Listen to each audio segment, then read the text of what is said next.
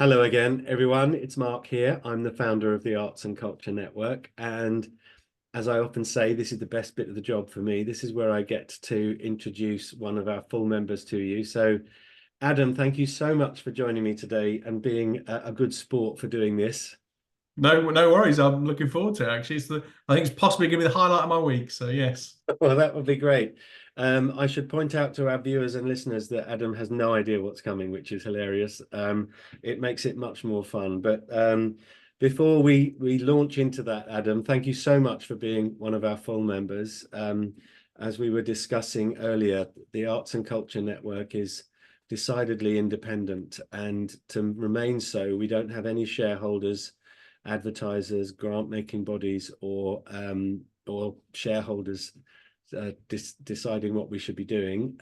We're entirely member determined and member funded, and that's only made possible by kind people like you who become a full member. So thank you so much. Now for we've met before, and we have lots in common. But for the benefit of our viewers and listeners, would you like to just say hi and where are you? What are you doing? That kind of thing. yeah, sure. So I'm Adam Boss. I grew up in Hastings in Sussex, and then kind of migrated gradually further north to the point where I'm in Greater Manchester now, where I'm based.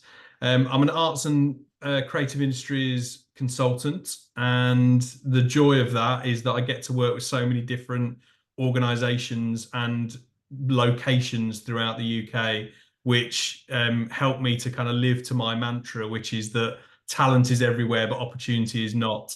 And seeing amazing arts activity all across the UK is something that I'm really proud to be part of. That's great. Yeah. I'm chair at Culture Chelmsford, as you know, and so we've had some fascinating conversations already around that. So that's great. So wherever this appears, there'll be links to you, a profile about you, and anything else you'd like to add to that page, we can pop it in there.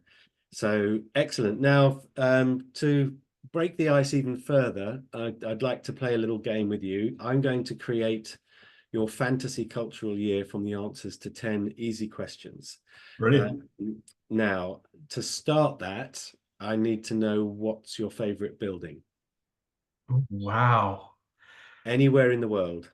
Yeah. Okay. I mean, I have to be kind of true to my roots, and I said this to someone not that long ago, but it wasn't until I worked at this place that I realised that you could experience love for something in the built environment.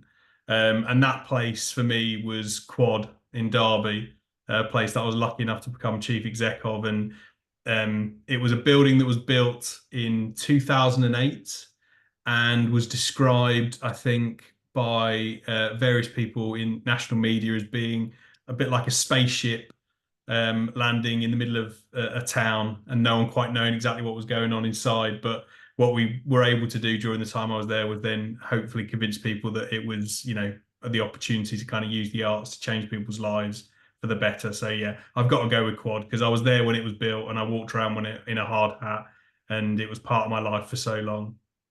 There it is. Yeah. That's a great picture. Look at that.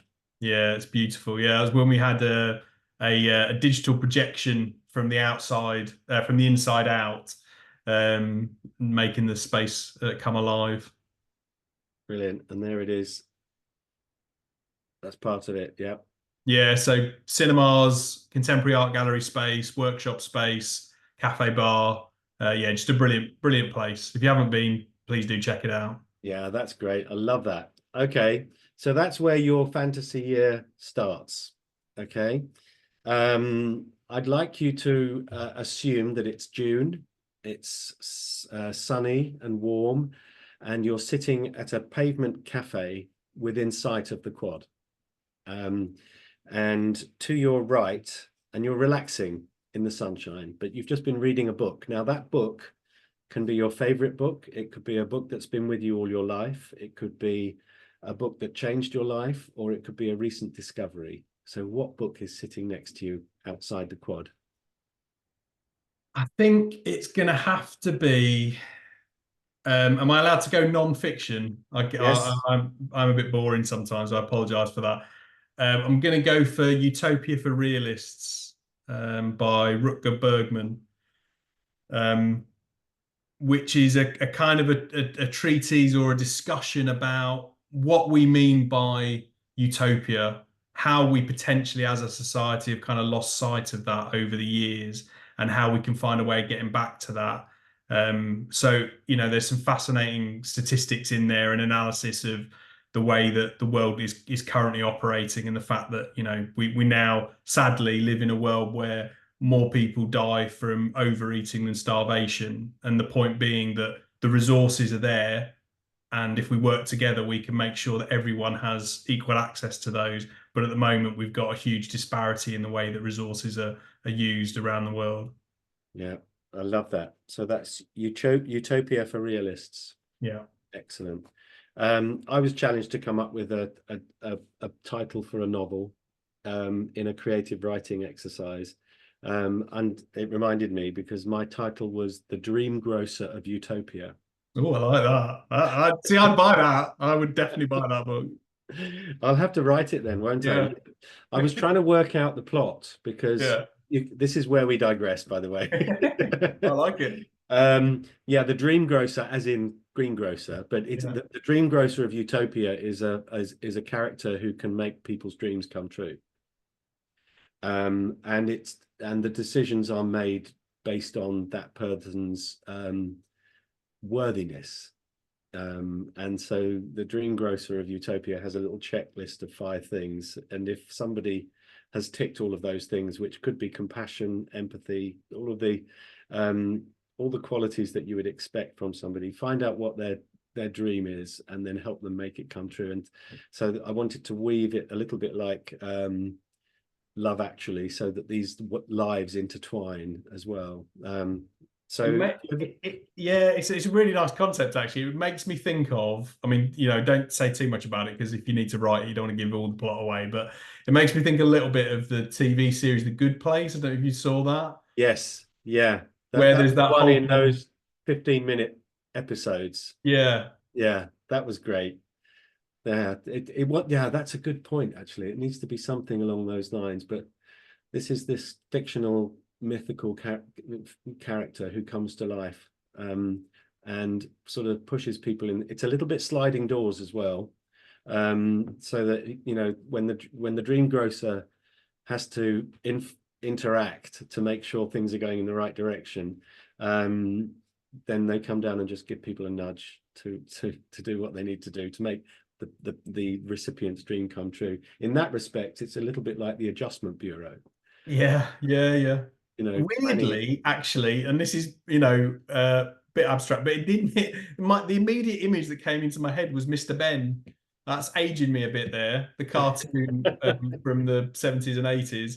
But just, Yeah, I used to love that fact, the idea that you could go to a place, put a different hat on, and be in a completely different world. yeah, Something that's kind of stayed with me all my life. love that. I love that too. Brilliant, excellent. There we go. We've digressed already. I do apologize. So you're at the quad, Yeah. the book. Yeah. It's sunny and the sun is well over the yard arm. What drink is on your left? Oof. See, weirdly, that's probably the most difficult question you've asked me so far. It would have to be, and absolutely true to my southern roots, a pale but incredibly cold lager.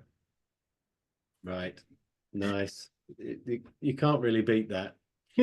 Um, the My wife and I have been binge watching Survivor, the TV show, and there's one moment where they're given a bottle of an ice cold bottle of lager, and they've been there for 22 days, and they've had nothing like it, and it's almost a sort of a religious moment. Of the taste is just, so yeah, okay, you can have, and to make it taste even better, you haven't had one for a couple of weeks. Fair enough. Makes There we sense. go. Now, you're feeling quite pleased with yourself because you've just come from a meeting in the quad with a very wealthy Derby-based family foundation. who have heard about the work that you've done, and they'd like to fund you to go on a year research trip to study the approach to developing the arts and culture sector in another country. Okay, fully paid, very well paid, first class all the way, all expenses covered, anything you need. Everything at home is going to be sorted out. You can take loved ones, or they can come and visit you if you wish. All you need to do is to say, yes, I'd love to do that, and choose the country. Okay, yes, I would love to do that. I'm torn here. I'm really torn. I'm torn between going somewhere that I've been before that I know and I love, um, or somewhere that I really want to go to that I've looked on from afar and admired. But I think I'm gonna go for something. I'm gonna and no and apologies to this place. I'm gonna go somewhere that maybe isn't considered exotic.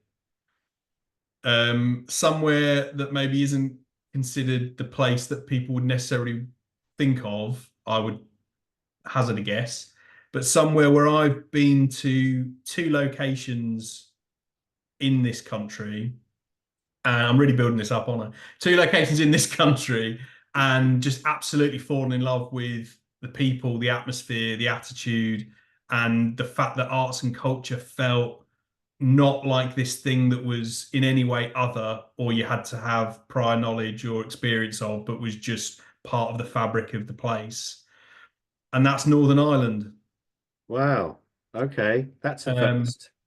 yeah, and I feel like there's so much depth and richness to the history, the culture, that is masked by the kind of contemporary image sometimes of, the history of the Troubles and things like that. But actually, there's this. Whenever I've been to Northern Ireland, I've been, I think, 3 times now. Um, just an incredibly friendly place, and this history of the kind of the ancient, Gaelic and Irish heritage and history with real contemporary, um, energy in places like Belfast and Armagh that I've been to. But I know that there's more to discover. So, other places I was thinking of were Denmark, Scandinavia. I was thinking of, Nantes in France that I'd really love to go to in France I've been to before, but more generally. I was thinking of Japan. I was thinking of New Zealand. I was thinking of Canada, um, Singapore, but I think Northern Ireland is the place that I would plonk for. Nice. I love that. I often listen to the app Calm when I'm trying to get to sleep at night. Not that I have too much trouble sleeping, but I love it. And there's one of the sleep stories on there is Cillian Murphy doing a train journey from the north to the south of Ireland, and that's great. And he talks about C.S. Lewis and the Giant's Causeway, all of those wonderful things. I think is it Caer Paravel is the castle in Narnia, inspired by a castle on the coast of Northern Ireland as well. Mm. So yeah, that's a great choice. I love that. Now, you're on your way, okay? First class all the way. You got on and turned left on the aeroplane. It's not a very long trip, but you're heading to Belfast, and a note has been given to you by one of the stewards, and it's from the wealthy family in Derby, and they'd like to study you while you study it. What they'd like you to do is to limit your musical intake to one very specific type of music for the whole 12 months, to the exclusion of all else. So what very specific type or genre of music would you listen to? Right, so this is potentially a bit niche, but I think again this is such a rich mine, and it's a genre that's been around since, broadly speaking, the kind of late 80s, early 90s, and as a lot of kind of contemporary, people that are kind of investigating different ways of interpreting hip hop. So the subgenre that I'm talking about is conscious hip hop, Okay. whereby, artists are using the art form as a way of expressing ideas about complex situations and challenging narratives around the world. So people like Lupe Fiasco, Mos Def, um, Childish Gambino, more contemporary, and many others. So, but what's beautiful about it as a genre, if people, don't listen to hip hop more generally, is, there's huge sweeping orchestral parts to some of the songs, as well as kind of more jazzy riffs and everything else people would expect, and everything in between. So I picked that because although it is a genre in itself, it also incorporates lots of other genres of music. So that year that I'd be spending would still be diverse in its listening activity. Brilliant. That's great. You'd get on well with the one of our other members. She's the head of Chinese art, I think, at one of our big auction houses, and she chose hip hop. Cool. That was a surprise. But there we go. No, that's great. Okay. Now, you arrive at the airport, and there's a group of lovely, friendly-looking people there to welcome you, holding your name up on a card. And they whisk you off into a limousine, and they take you into the centre of Belfast, where you've got a loft apartment that's overlooking the city. And they say, right, settle down, settle in, unpack, have a rest. We're going to take you out for a dance performance and then to dinner. Now, you're in Ireland, but you don't necessarily have to immerse yourself in Irish culture. So you can choose any dance performance you like. It can be any dancer, with us or not, any dance group, or any dance style. So what dance performance would you want to see on that stage? Can I cheat a little bit and go for kind of a bit of a mashup? I don't see why not. It's your cultural year. So again, taking things back to Derby, at the moment, and the rankings are not as defined as things like the kind of traditional sports, but in broad terms, you could kind of say that the number one ranked breaker in the world is a guy called Kid Karam, who's from Derby. So Wow. and for those who don't know, breakdancing is going to be in the next Olympics, this Olympics this year in Paris. So potentially him, Kid Karam, is one of our gold medal hopes for that. Kid Karam. How do you spell Karam? Karam. Right. Okay. I'm going to be really looking at some of that. So maybe Kid Karam as a lead dancer, performer, but then Yeah. I'd like a kind of a duo of Akram Khan and Matthew Bourne as choreographers. And contemporary dance isn't my world, so apologies. I'm just going for kind of big names here. I apologize. And for them those three as collaborators to create a piece of work. And I think that would be astounding. I think visually incredible. And bringing in the different art forms of dance from ballet to jazz and contemporary, and then the breaking with Kid Karam, mashing that all together, I think that would be exceptional. I already want to see that. That's great. We should make a few calls. Yeah, well, Yeah. hopefully there'll be another big cultural celebration that we can collaborate on nationally and make that happen. Oh, wouldn't that be fantastic? Marvelous. Okay, so you've had the show. It's wonderful. I can start. I think I've got an element of synesthesia in that if I listen to music, I can see the choreography. And I love it because I can close my eyes and I can start to see what happens. Brilliant. Excellent. Thank you for that. That's a treat this is the highlight of my week. I've just closed my eyes and seen all of that. Brilliant. So you're off out to dinner and you can choose the cuisine. What nation's cuisine would you like to dine on after the show? Yeah, I think I'm going to be. So I was in Athens last week and I did a cookery course. But I'm not going to choose Greek food. No offense to Greek people, Greek cuisine. at that cookery course, there were two Mexicans, and I just ended up talking to them about Mexican food because I love Mexican food and the spices, and I'm gluten intolerant as well. So like the fact that the majority of kind of the original like tortillas and things like that are made from corn is massive for me because you can get them over here, but they're not quite as good and they tend to be frozen and all that kind of stuff. And the rest of them are kind of wheat based. So Mm, to be able to have like fresh corn tortillas with the fresh spices and yeah, everything else, I think, yeah, Mexican food would be the one. brilliant. I love it. Excellent. So the next day is sport day in Belfast. Many of us consider sport to be a performance art. Um, you've only got to look at rhythmic gymnastics to know. So you can either take part or you can watch any sporting event you like. It doesn't have to be Irish, but it's entirely up to you. So what do you want to sit and watch for a couple of hours? Yeah, I mean, I'm a bit of a sports nerd, so and like you can see behind me, there's a football shirt on the wall there. You can just about see. Yes, I can see. Um, because I'm an avid collector of football shirts, and I love the confluence between art and sport when that happens.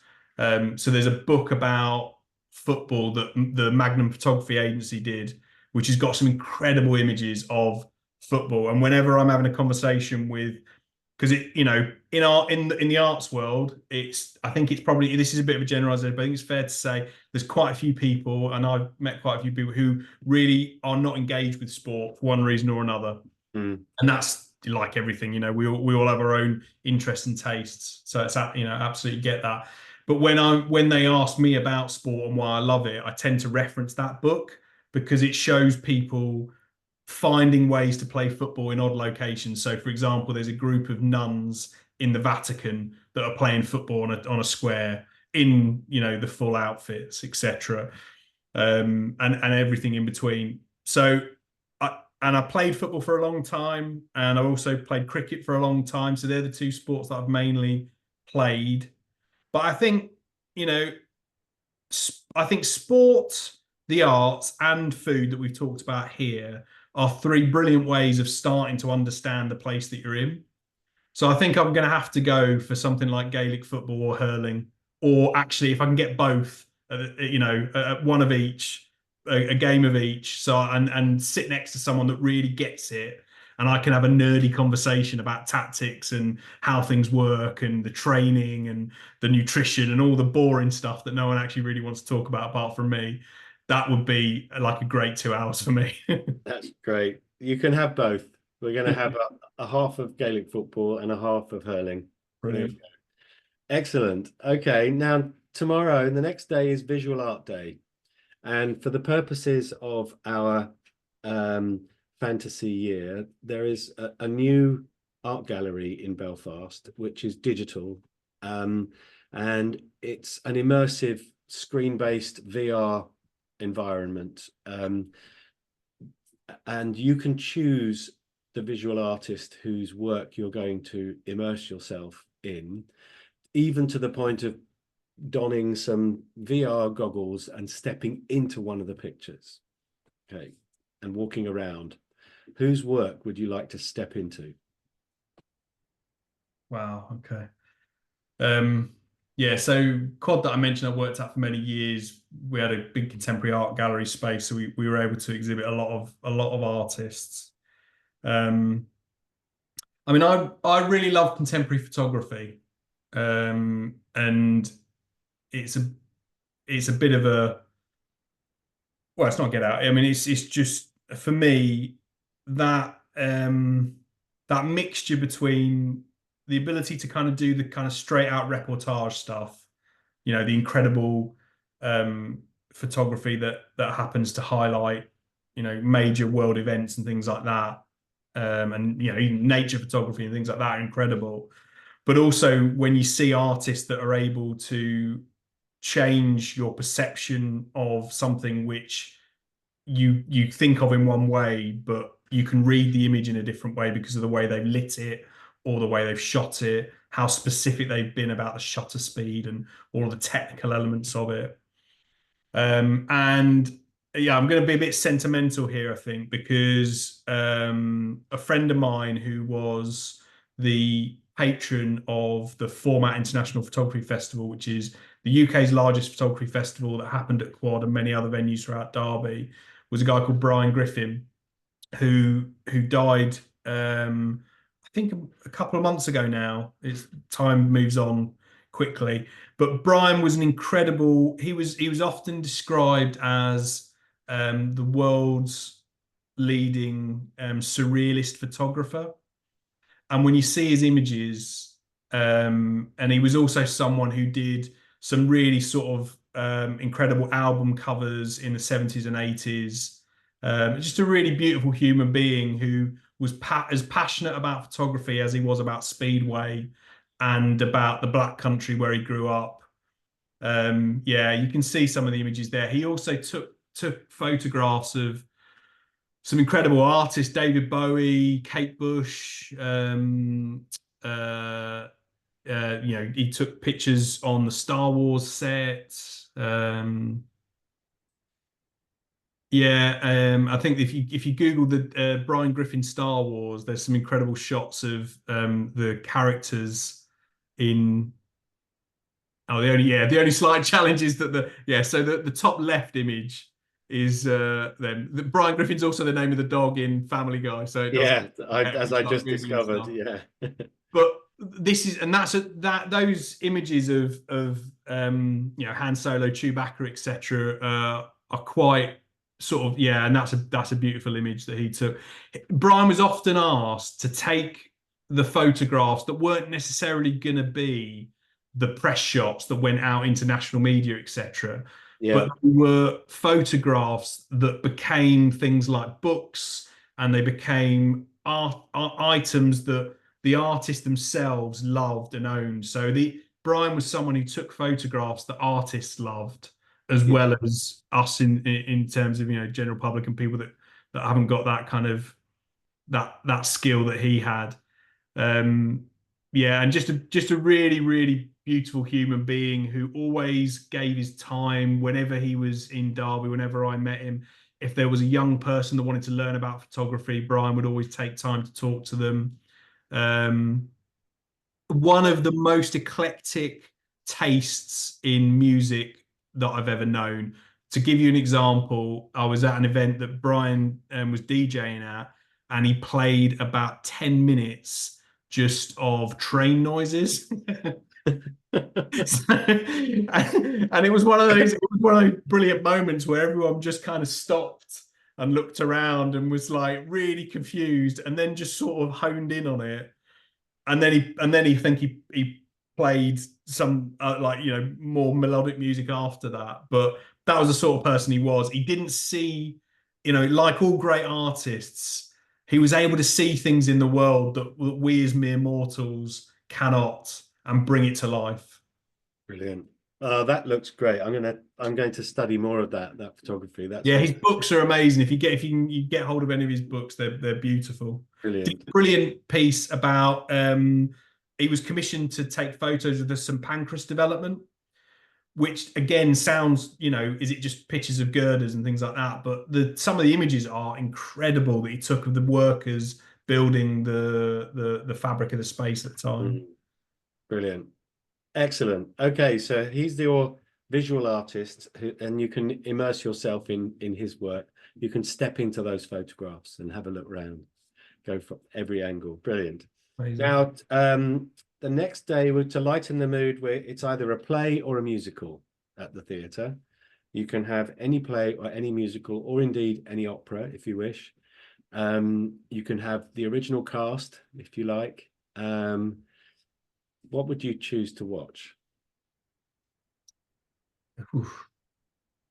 So I was lucky enough to work as a professional actor for a while, and a role that I had where I just played some extracts from it, so it wasn't the full piece. And I've never actually seen this show, but some of the language and the set pieces that are in this. There was a production of this show by a Japanese theatre company at the RSC, which was incredible.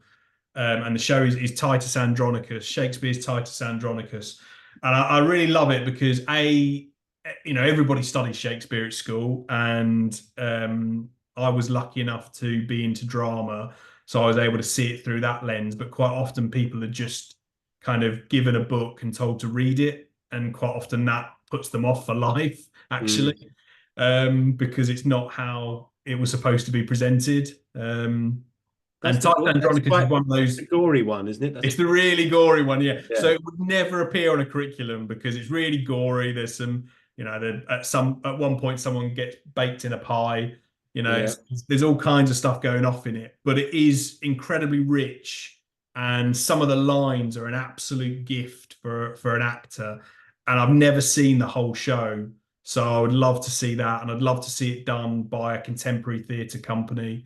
Yeah. Perfect. Titus Andronicus, it is. There we go.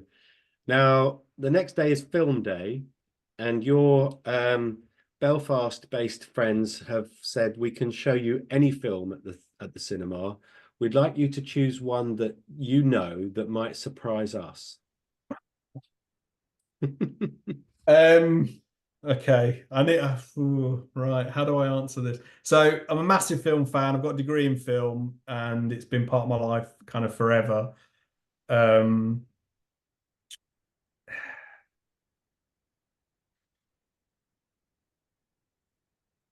Surprise them.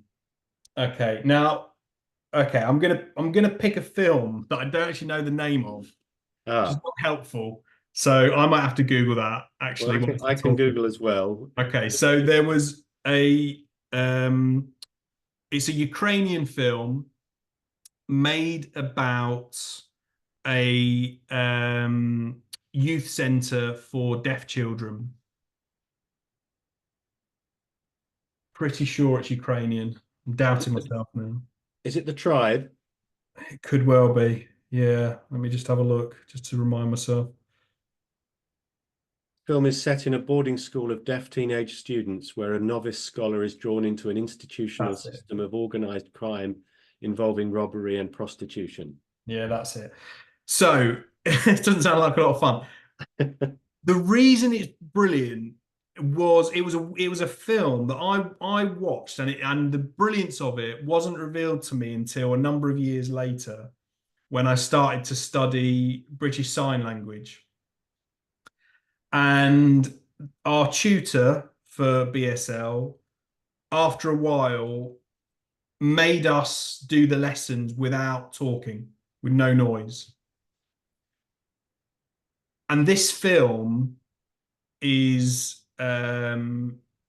entirely, pretty much entirely silent Mm. in terms of there's no dialogue. There's some incidental sound, I think, but not very much. And the protagonists are communicating via Ukrainian Sign Language. So even if you knew British Sign Language, you wouldn't be able to necessarily follow it. And the reason I'm picking that is it's the film that I've watched, I think, in my life that's felt like the most out of my comfort zone, the most out of my everyday life, and that reminder that people are living with different challenges and communicating in completely different ways, not necessarily verbal all the time.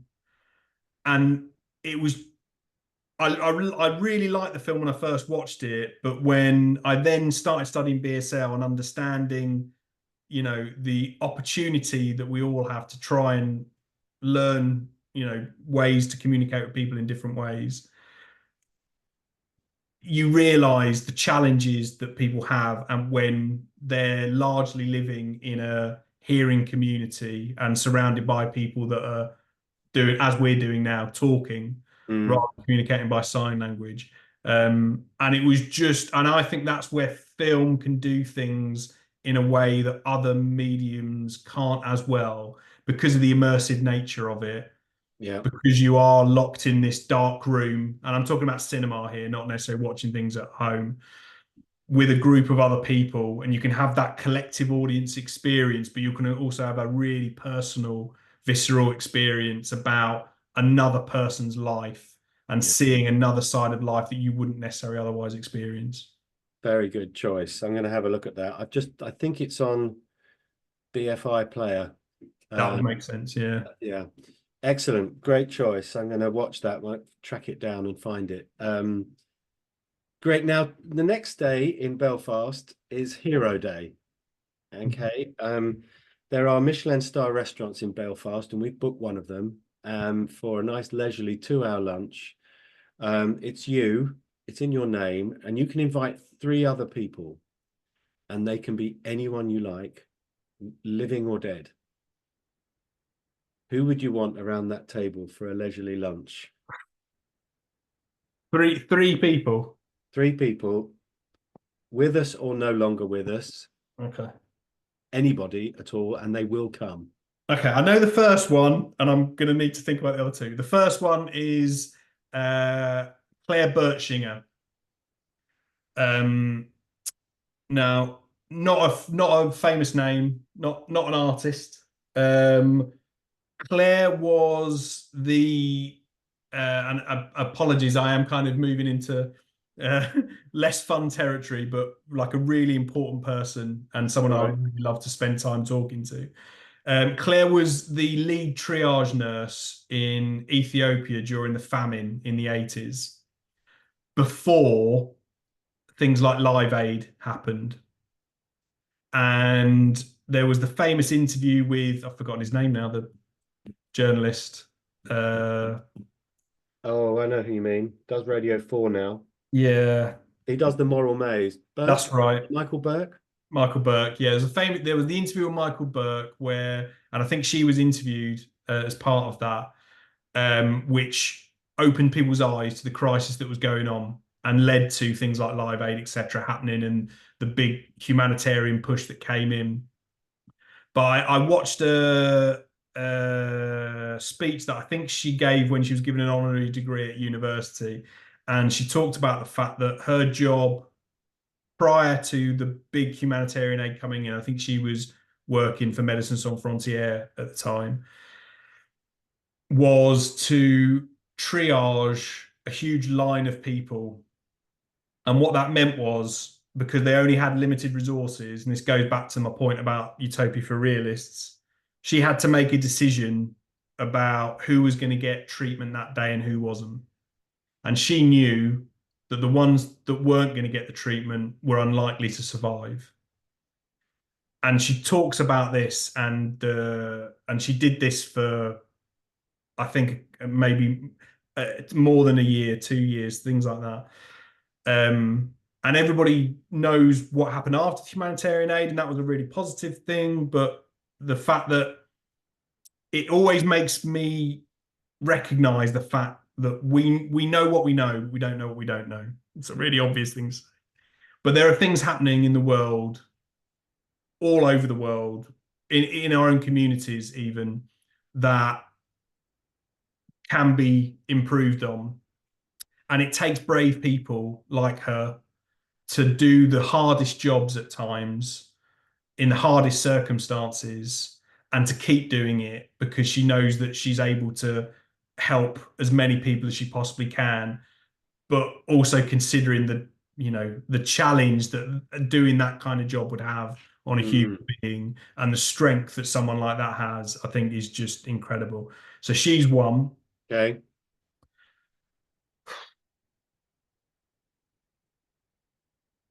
um I'm gonna bring my mum. Apologies, Dad.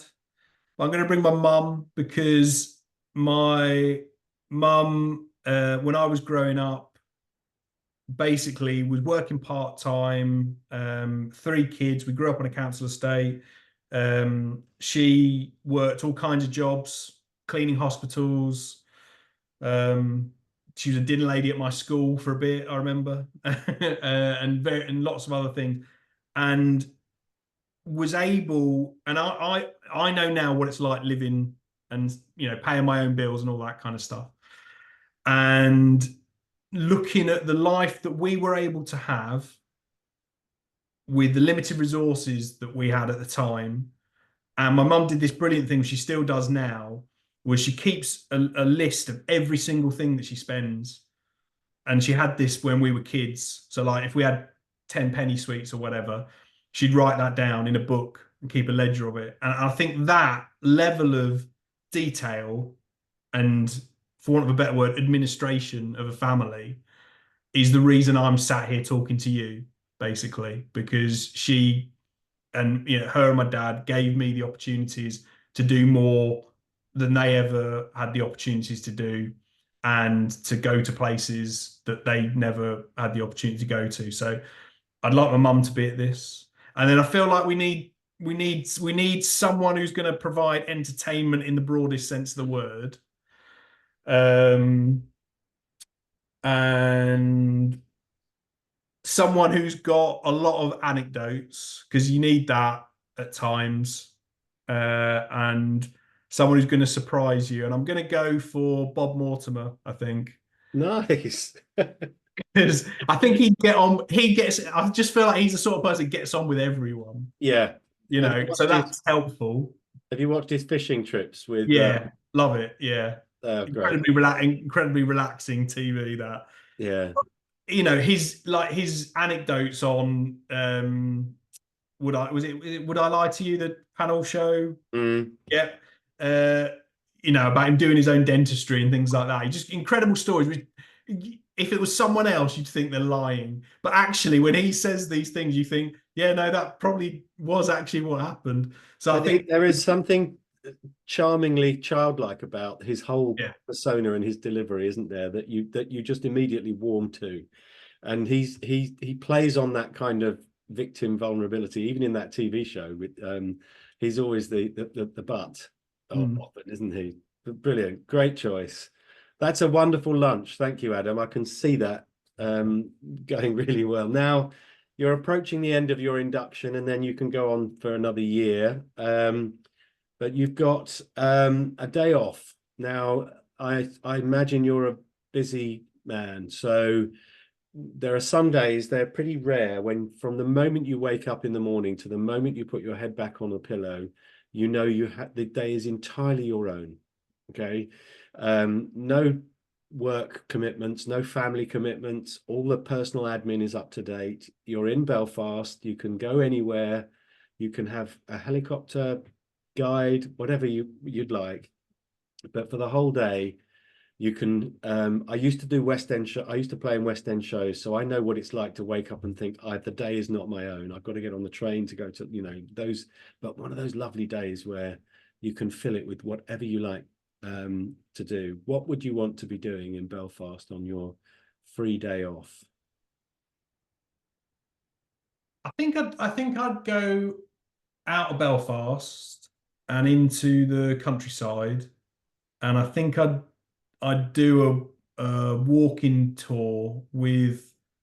I did a walking tour one. I'm not a big walker by any stretch of the imagination, but I did a walking tour in Southern Ireland, on the West Coast, many years ago, with a guide who knew about the nature of the place and the environment, knew about the history, knew about the social history, and it was just an incredibly rich kind of experience.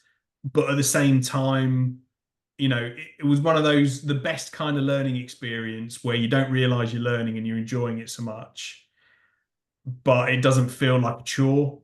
So something like that, a really knowledgeable guide taking me around kind of beautiful natural environments, and understanding the history and the heritage of those places. That's great. Perfect. Now you're nearly there.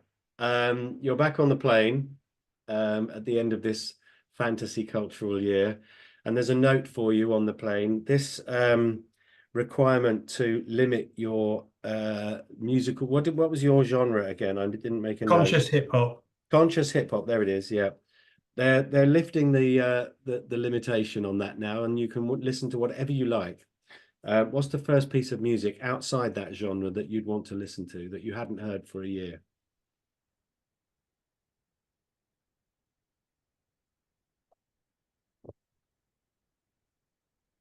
I think the thing I love about flights is tomato juice tastes better at altitude. So I always try and get a tomato juice on the plane. And I think it's the same with music as well. So I think something like The Flight of the Birds by the Cinematic Orchestra, Oh, okay, nice. which is an incredible sweeping piece of music that makes you think of the sky. So whilst I'm up there, might as well listen to it. Brilliant. And then you're home. Adam, I hope you've enjoyed your trip. Did I want Um, to do it now? I know. Somebody once said, please create a travel agency so that we can do this. Yeah. So thank you so much for that. This will appear in a profile about you on our website. It'll be on YouTube and SoundCloud. Thanks again for being one of our full members. And it's been a delight. Thank you for joining me on your fantasy cultural year. No, I've really enjoyed it. Thanks, Mark.